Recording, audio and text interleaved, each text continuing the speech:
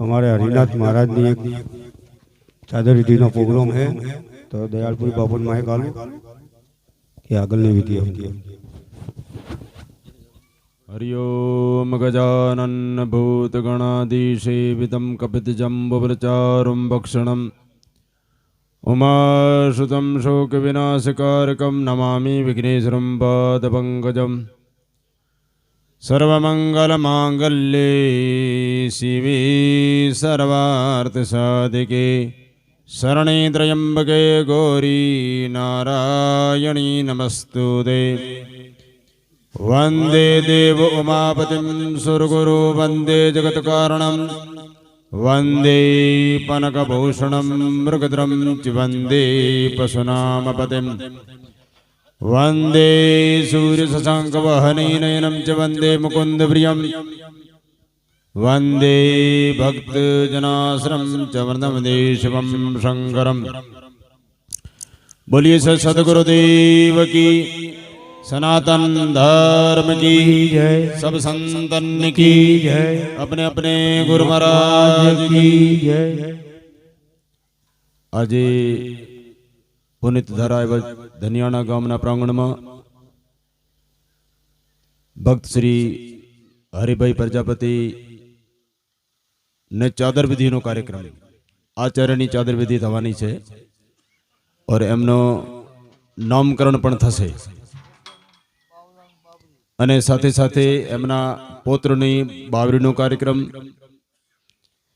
એમાં મંચસ્થ મહાનુભાવો પરમ શ્રદ્ધેય પરમ આદરણીય જેમની નિશ્રામાં કાર્યક્રમ થઈ રહ્યો છે એવા પૂજ્ય શ્રીમંત હરદેવપુરીજી મહારાજ જસપુરિયાથી, સંતગણમાં અમારા ગુરુભાઈ એવા દેવેન્દ્રપુરી મહારાજ કોચડીથી, પૂજ્ય શ્રી બળવંતપુરી વાસણ ગામથી, માતાજી શ્રી પુષ્પાગીરી આપણે ધનિયાણા ગામથી અને એમના ગુરુસ્થાનથી પધારેલા સંત શ્રી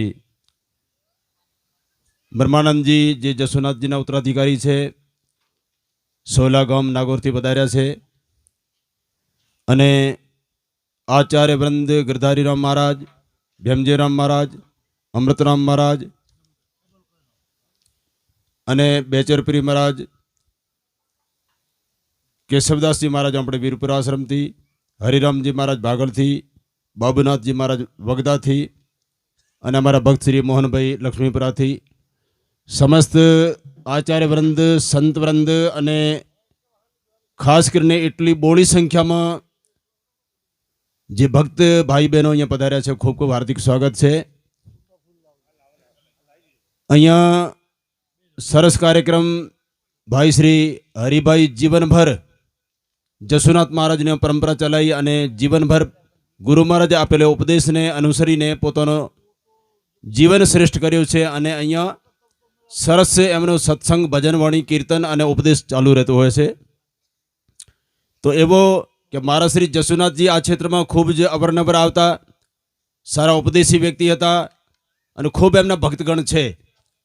तो एमनी परंपरा निरंतर चालती रहे अने एनी परंपरा एमना उपदेश एमनो जे उद्देश्य तो मानव कल्याणनो અને જીવને પરમાત્મા પર વાળવાની જે ઈચ્છા હતી એ નિરંતર પરંપરા ચાલતી રહી। એને પરંપરાને નિર્વાહ કરવા માટે અમારા સંત સમાજમાં ભક્ત સમાજમાં એવો હોય છે કે ઉત્તરાધિકારી વ્યક્તિ પોતાની ગુરુની પરંપરા આગળ ધપાવે એને માટે એને અધિકાર આપવામાં આવે છે। અમારા સંતોમાં પણ જે મહંતો હોય એમનું શરીર વિલય થયું એટલે બ્રહ્મલીન થયા હોય તો પછી એમને जे पण श्रेष्ठ शिष्य होय ज्येष्ठ शिष्य होय श्रेष्ठ होय तो एने पण उत्तराधिकारी तरीके चादर विधि थाय छे। चादर विधि थवानुं कारण एटलुं ज होय छे कि जे गुरु महाराजे परंपरा चालू करी छे, जे ज्ञाननो दीपक प्रगटायो छे ए निरंतर चालू रहेवो जोईए अने लोकोने ईश्वर तरफ वाळवानो परमात्मा तरफ ईश्वर तरफ जे परमात्मा तरफ वाळवानो जे काम छे ते एवा आचार्यगण संतगण करता होय छे। तो आ परंपरा ने जीवित रखवा माटे अने अज्ञानी जीव संत ने उपदेश थी 100% ज्ञान तरफ वळे छे अने गुरुगमती वाकिफ थईने ईश्वरनो भजन करे छे। हूँ कोण छूं एनी ओळख संत महापुरुषोनो उपदेशथी थाय छे। अपने शास्त्रोए ખૂબ જ ઉપદેશ ભરેલું છે શાસ્ત્રોમાં, અને શાસ્ત્રોની વાણી પણ સંતોની જ વાણી છે. અગાઉ જે પ્રાચીન કાળના સંતો થયા એમણે સંતે પોતાના મનના ઉદ્ગાર, પોતાના અનુભવો શાસ્ત્રોમાં ટોંક્યા છે, અને એ જ વાણીનો શાસ્ત્રોમાં ઉલ્લેખ છે.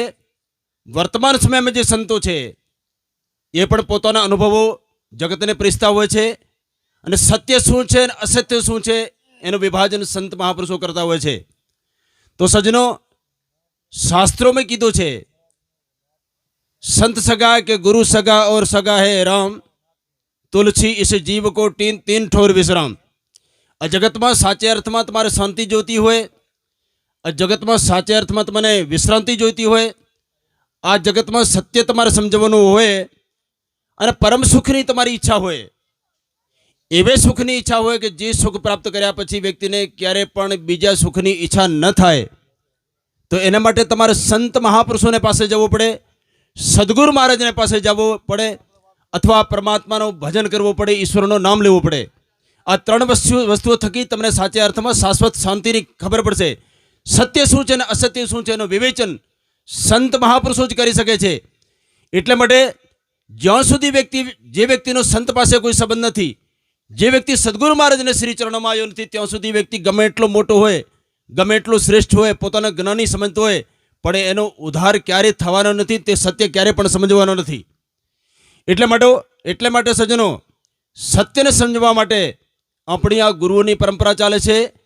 ગુરુની પરંપરા, ગુરુ પોતે કોઈ વિશેષ નથી, ગુરુ પણ એક વ્યક્તિ જ છે, પણ જે પરંપરા છે, અધિકાર છે, આ ગુરુવાઈ પદ પરમાત્મા શિવથી ચાલે છે, ગુરુ દત્તાત્રેય ભગવાનથી ચાલે છે.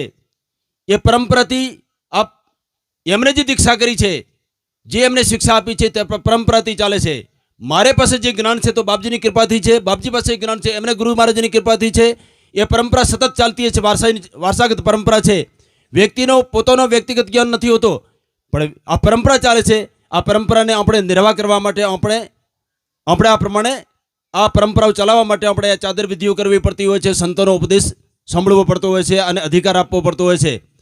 તો આ શ્રેષ્ઠ પરંપરાઓ ચલાવવા માટે વ્યક્તિના પોતાના અનુભવ, યોગ, ધ્યાનના માધ્યમથી, જ્ઞાનને માધ્યમથી, ભક્તિ અને વૈરાગને માધ્યમથી વ્યક્તિ આ સંસારની ઈચ્છાઓથી ઉપરામ થઈ શકે છે. જ્યાં સુધી વ્યક્તિને મનની અંદર સંસાર છે, જ્યાં સુધી વ્યક્તિને સંસાર પ્રિય લાગે છે અને સંસારના કાર્યો સત્ય લાગે છે, ત્યાં સુધી વ્યક્તિ 100% ક્યારેય પણ બંધનથી મુક્ત થઈ શકતો નથી. એના માટે ગોસ્વામી તુલસીદાસ કીધું છે, રામતા કામ નહીં, કામતા નહીં રામ, તુલસી કબૂ ન રહે રવિ રજની એકઠામ. જે વ્યક્તિને મનમાં ઈચ્છાઓ છે, જે વ્યક્તિને મનમાં કામનાઓ છે, તે વ્યક્તિને હૃદયમાં પરમાત્મા હોતે છતાંય પણ ક્યારેય પણ પ્રગટ થતો નથી. દરેક લાકડામાં, દરેક કાષ્ટમાં અગ્નિ છે, પણ પ્રગટ થતો નથી. કારણ શું? એનો મંથન થયો નથી, એનો ઘર્ષણ થયો નથી. એવી પ્રમાણે દરેક વ્યક્તિની અંદર પરમાત્મા તો વાસ કરે છે, પણ કામનાઓ અને ઈચ્છાઓને કારણથી સંસાર ભરેલો છે, ઠોસીને સંસાર મનમાં, તો પરમાત્મા હોતે છતાંય પણ પ્રગટ નથી.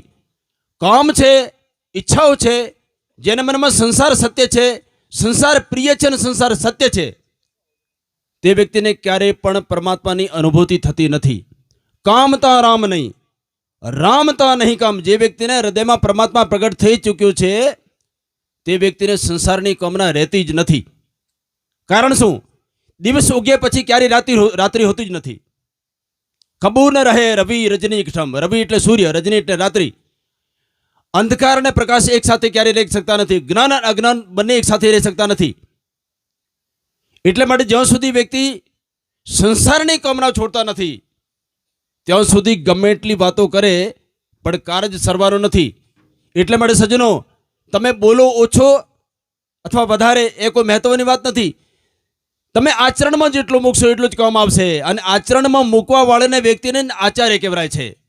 જે વ્યક્તિ પોતાના જીવનમાં ધર્મનું આચરણ અપનાવી લીધું છે, જે વ્યક્તિ પોતાના જીવનમાં ધર્મ અનુશાસન અપનાવી લીધું છે, જે વ્યક્તિ પોતાને ગુરુના ઉપદેશને શાશ્વત કર્યું છે, જે વ્યક્તિ આત્મસાત કર્યું છે જ્ઞાનને, તે વ્યક્તિ આચાર્ય કહેવાને લાયક હોય છે. બાકી ગમે એટલા આચાર્ય હોય, પોતાને મનથી બને બેઠેલા હોય, પણ એનો કોઈ મહત્તા જગતમાં હોતી નથી.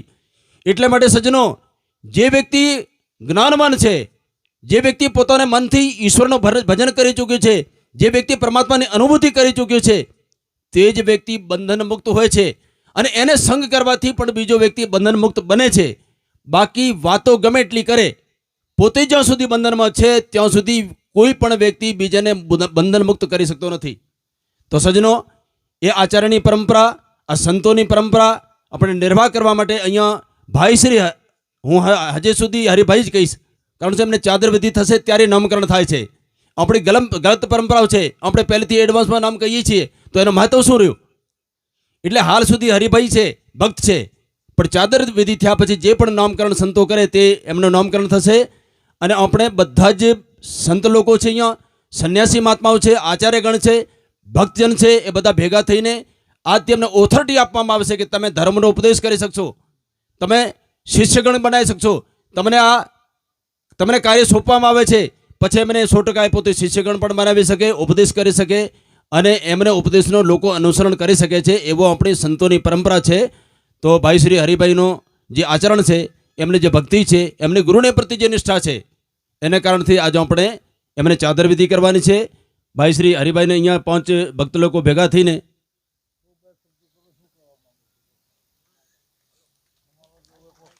જી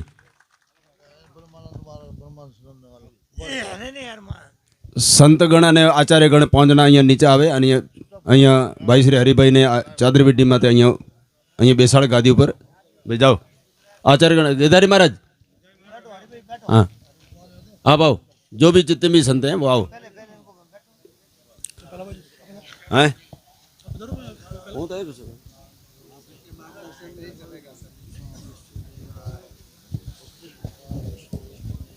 हरिओम ब्रह्मानंदम परम सुखदम केवलम ज्ञानमवृतम द्वंद्वातीतम गगनसदृशं तत्मस्यादिलक्षम् एकम नित्यं विमलं चलं सर्वदे साक्षी भूतं भावातीतं त्रिगुणरहितं सद्गुरु बोली सद्गुरुदेव की जय हो. ते पते हर हर महादेव.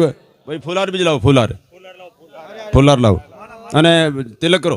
है भाई आपके हाथ से कर दो. नहीं थोड़े पूजा कर लो, तिलक करो. आप तिलक करो, गुरु स्थान से आते आप.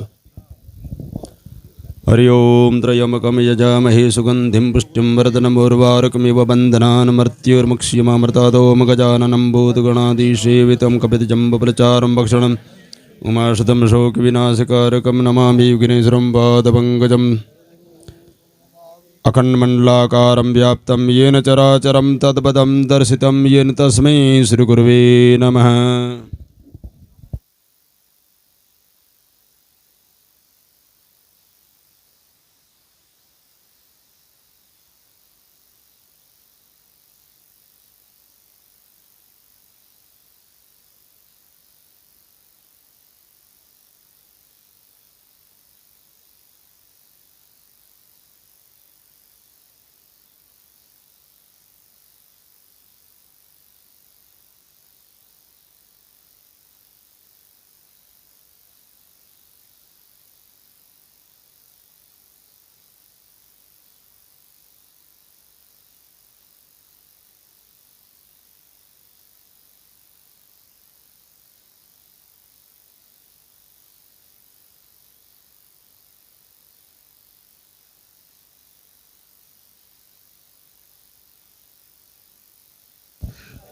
અમારા હરિનાથ મહારાજના ધર્મપત્ની અહીંયા આવી જાય.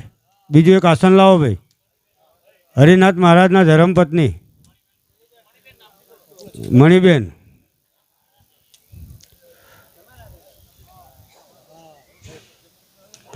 અહીંયા આવો, ગુરુ મહારાજ બોલાવો. આવો.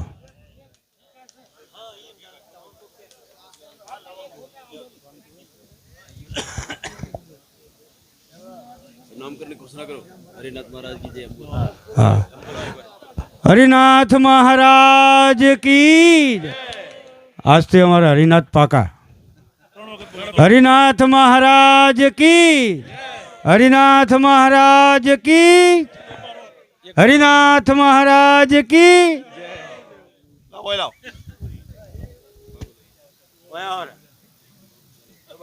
एक बोलाओ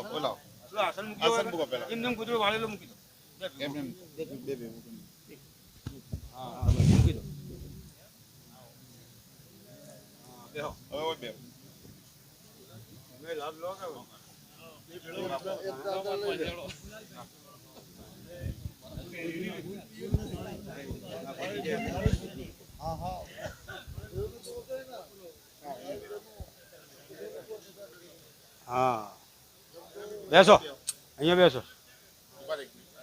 હે ભાઈ થોડી જગ્યા કરજો પેલા ને.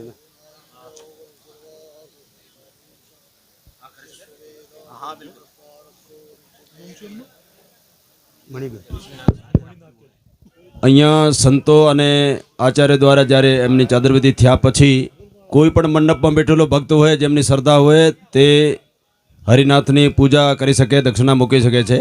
કોઈ પણ વ્યક્તિને ચાદર ઉડાડવી કાં ફૂલ પાર પહેરાવવો કાં કોઈ દક્ષિણા મૂકવી હોય તો કરી શકે છે. અહીંયા અને સંતોનો અને આચાર્ય ગણોનો કાર્યક્રમ પૂરો થાય એટલે પછી તમે કોઈને પણ જે શ્રદ્ધા હોય તો અહીંયા એમનો ચાદર વિધિ કરી શકે છે. હા જી જી જી રાખો દે શ્રદ્ધા સુમન. હા મણિનાથ મહારાજ ભાઈ 2 જણા ભાઈ ચાદર જેને જેને ચાદર ઓઢાડવી હોય. હા ગિરીશભાઈ અમારા રામપુરા વાળા હરિનાથ મહારાજ અને મણિનાથ મહારાજ.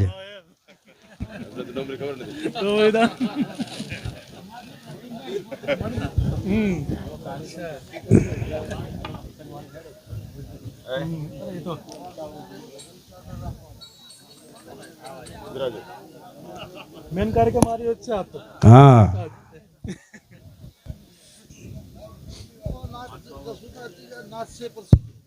बस अब दूसरा होगा रही है. गुजरात में नाथ ही बोलाते हैं और इनकी वाणियाँ भी नाथ जी महाराज से ही है.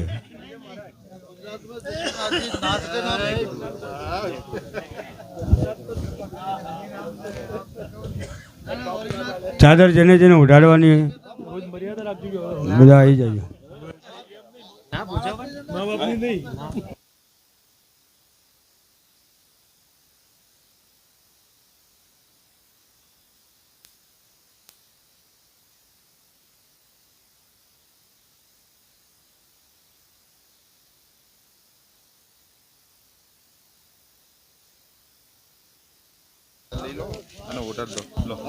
આવજો બિરાજો, તમે બિરાજો. હવે શાંતિથી લાઈનસર સન્માન કરો ને સત્સંગી ચાલે એવું 2 વાત કરો. થોડો સત્સંગ ભજનવાણી ચાલુ કરી દો મોહનભાઈ. હેલો હા ભજન છે ને ભજનવાણી ચાલુ કરો તો 2 કામ થાય. ઉપદેશ પ્રવચન નહીં ચાલે, ભજનવાણી ચાલુ કરો. ભજનવાણી કરવી બાપુ. બાબુનાથ મહારાજ ભજન ચાલુ કરો. લ્યો માઇક આલો ભાઈ, માઇક આલજો ઉપર. હા જી આપણે થોડો આ નીચે રહી ગયો. હવે એક બહાર કાઢજો.